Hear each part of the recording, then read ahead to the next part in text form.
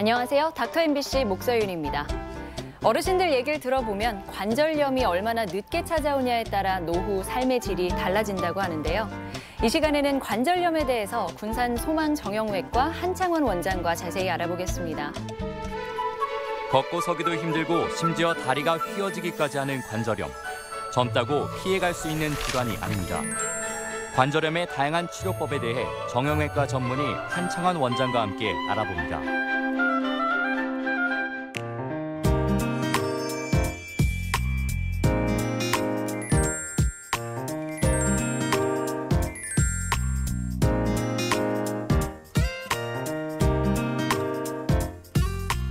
안녕하세요. 네, 안녕하세요. 네, 반갑습니다. 네, 반갑습니다. 네.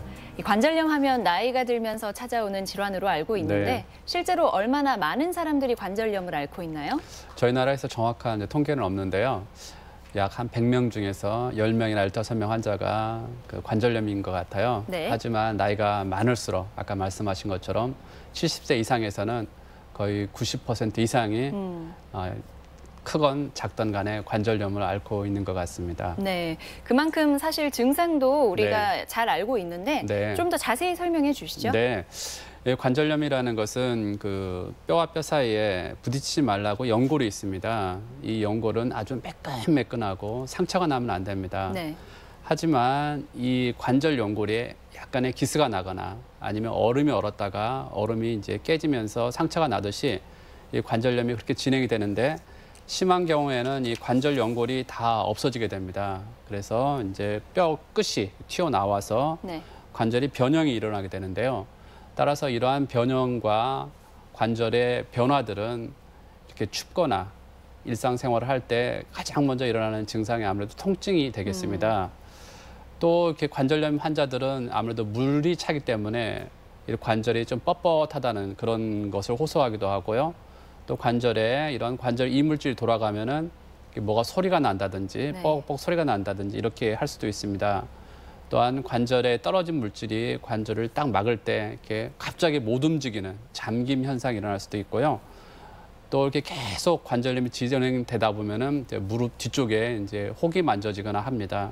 하지만 결국에서는 이제 통증으로 인해서 안짱다리가 심하게 이제 이런 변형되는 그런 상태가 될 것 같습니다. 네, 그러니까 결국에는 이 다리의 모양까지 변형이 이루어지는 것 같은데요. 네. 네, 겨울철에는 우리가 스키나 보드 같은 운동도 많이 하잖아요. 네. 생활 습관이나 운동도 관절염에 영향을 미치겠죠? 아무래도 그 젊은 사람들에서 이제 관절염은 나이가 많은 사람들하고 이제 관절염이 좀 다를 것 같습니다. 네. 말씀하신 대로 스키나 이런 운동을 하면은 반월상 연골이나 요새는 스키를 타면서 전방 십자인대라는 인대가 손상될 수 있습니다.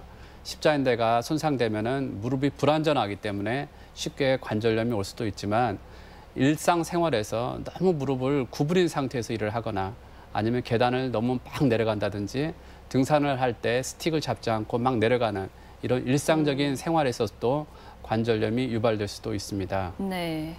그 관절염 증상 중에 네. 관절에 물이 차고 붓는다고 하셨잖아요. 네. 무릎이 붓는 이유는 뭘까요? 네, 정확한 그런 과학적인 데이터는 연구를 해봐야 되겠지만요. 예를 들어서 생선이 썩을 때 심하게 냄새가 나고 부패가 됩니다. 네. 그런 원인들은 그 죽어가는 세포에서 나쁜 물질을 내기 때문에 그러는데요. 마찬가지로 관절 연골 세포가 죽어갈 때 가만히 있지 않고 여러 가지 나쁜 그런 사이토카인을 만들어내서 네. 계속 그러한 게 물을 만들지 않나 생각됩니다. 이 물이 생기면 네. 이건 계속 몸 안에 고여 있게 되는 건가요?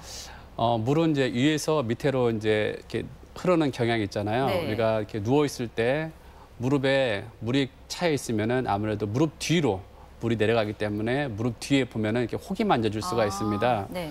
그래서 옛날에는 그 독일에 빵을 만드신 분들이 오래 서 있어서 무릎 관절이 나빠지는데요. 그래서 빵을 만드시는 분들 뒤에 무릎이 만들어진다고 해서 베이컨 낭종이라고 부릅니다. 심한 경우에는 관절 내시경을 이용해서 그런 낭종을 제거할 수도 있습니다. 네. 그럼 관절염이 있을 때 또 다른 치료법은 어떤 게 있나요? 아무래도 병원에 가서 이렇게 정확한 진단을 받아보는 게 우선 정확한 치료의 시작이 될 것 같고요. 네. 우선 그 자기 관리가 제일 중요할 것 같아요. 아무래도 조금 체중이 나가신 분들은 무릎에 부담이 많이 되기 때문에 살을 빼라는 것은 참 어려운 일 같아요. 네. 하지만 제일 처음 조금씩 자기 관리를 해가면서 체중이 너무 급격하게 불지 않게 하고 체중이 많이 나가신 분들은 자기 체중을 관리하기 위해서 급격하게 체중을 빼다가 오히려 무릎을 많이 상하시는 분들도 많이 봤습니다. 네. 그래서 체중을 적당히 서서히 의사 선생님하고 상의해서 관리하는 자기 관리가 필요할 것 같습니다. 네. 그리고 나서 수영 같은 걸 함으로써 무릎 주위에 있는 근력을 키우고 그게 안 되면은 약물 치료, 물리 치료를 해보는 게 좋을 것 같습니다. 하지만 이런 보존적인 치료에도 반응하지 않는 경우에는 이 관절 내시경을 이용해서 간단하게 돌아다니는 이물질을 제거하거나 심한 변형이 된 경우에는 네. 뭐 뼈를 부러뜨려서 똑바로 맞추는 이런 수술 같은 것이 있는데 이런 것은 전문의하고 상의를 해보는 게 좋을 것 같습니다. 네. 간혹 가다 보면 증상이 정말 심해서 네. 뭐 무릎 인공관절 수술을 하는 경우도 봤는데요. 네. 이런 건 언제 받게 되는 건가요? 이런 그 보존적인 요법 네. 해보고 거기도 안 되고 또 심한 통증이 있거나 또는 그 안짱다리로 인하여서 다리가 심하게 오리 걸음을 걷는 거나 이런 증상으로 인해서 본인이 그 심적으로 매우 힘든 경우에는 최후 수단으로 인공관절을 한번 생각해 볼 수가 있습니다. 네. 최후의 수단이라고 하셨는데 네. 수술하는 방법이 좀 궁금하네요. 인공관절 할 때는 아무래도 염증이 제일 무섭기 때문에요. 네. 이렇게 우주복 같은 특별한 옷을 입고 합니다. 그래서 심하게 변형된 경우에는 이런 인공관절을 삽입하는데요. 네. 요새는 하도 수술을 많이 하기 때문에 수술 자체는 어렵거나 그러지는 않습니다. 네. 또 재료도 요새는 그 과학이 발전해가지고 거의 20년에서 30년 이상 가는 재료를 사용하고 또 그 역학적으로도 움직이는 타입으로 하면은 좀 더 오래 갈 수 있는 그런 것을 하기 때문에 수명에 대해서는 크게 염려하지 않아도 될 것 같습니다. 네. 그럼 효과는요? 아무래도 인공관절 하는 목적은 통증을 완화하는 목적이 제일 많을 것 같습니다. 네. 그 심한 통증이 제일 처음에는 수술하고 있겠지만은 3개월, 6개월, 1년 지나면서 통증이 점점 완화가 될 것 같습니다. 네. 또 그 안짱다리가 이렇게 교정이 되기 때문에 환자분들이 좀 자신감을 얻고 이런 생활을 할 수 있는 것 같습니다. 그래도 이제 제가 생각하기에는 네. 인공관절 수술까지 한 분이라면 네. 증상이 많이 안 좋을 분일 네. 거고 그러면 네. 나이도 있을 확률이 네. 많잖아요. 네. 혹시 좀 고려해야 할 후유증이 없을까요? 네, 말씀하신 대로 그 연세가 많기 때문에 일단 심장이나 뇌에 어떠한 병변이 있는지 없는지를 먼저 확인해 보는 게 좋을 것 같습니다. 네. 그래서 심근경색이 있다든지 아니면 뇌에 혈관이 막혀서 뇌 병변이 좀 진행된 경우에는 그런 것을 삼가해야 될 것 같고 아무래도 수술을 하게 되면은 옛날에는 그 뻗정다리가 올 수가 있는데 요새는 기계 운동을 도와주는 그런 CPM 기기가 있기 때문에 네. 그런 강직은 이렇게 많이 오지는 않습니다. 하지만 당뇨 같은 심한 그 면역이 떨어진 환자에서는 감염이 일어날 수 있고 간혹 경우에 골다공증이 심해서 골절이 일어나는 경우도 있습니다. 네. 또 관절이 좀 느슨해지는 그런 경우도 있습니다. 주의사항도 있을 것 같아요. 네, 아무래도 그 자기 관리가 제일 중요할 것 같아요. 그래서 꾸준한 운동을 통해서 무릎 주위에 있는 근육을 강화시키고 또 병원에 3개월, 6개월 또는 1년 단위로 오셔가지고 정기적인 검진을 해보는 게 좋을 것 같습니다. 네. 그리고 스스로 일상생활에서는 너무 쭈그려 앉으면은 그 기계가 쉽게 마모될 수 있기 때문에 쭈그린 자세보다는 의자 생활 이런 게 더 좋을 것 같습니다. 또 감염을 예방하기 위해서 그 치과 치료를 받을 때 꼭 치과 선생님한테 내가 인공관절을 했기 때문에 좀 더 세밀하게 좀 봐달라고 주의를 요한다는 이런 말씀을 해주는 게 좋을 것 같습니다. 네, 그러니까 다른 과에서 이제 진료를 받을 때도 네. 수술한 이력을 이야기하는 게 좋다고요. 네. 네. 근데 인공 수술 하면은 네. 왠지 좀 큰 수술처럼 네. 느껴지잖아요. 네. 그러니까 이 여기까지 상황이 도달하지 않게끔 그럼요. 그 전에 네. 하는 치료가 네. 이제 말씀하신 네. 내시경 뭐 이런 건가요? 네. 비수술적인 요법으로서는 요새는 충격파라는 그런 치료가 있습니다. 충격파 치료를 해서 통증을 완화시키고 혈류 공급을 시켜서 무릎 주위를 좀 더 강화시킬 수 있는 수술적인 요법이 있고요. 네. 또 관절에 그 이물질이 돌아가는 경우에는 내시경을 이용해서 간단하게 제거할 수 있는 내시경 수술이 있습니다. 네.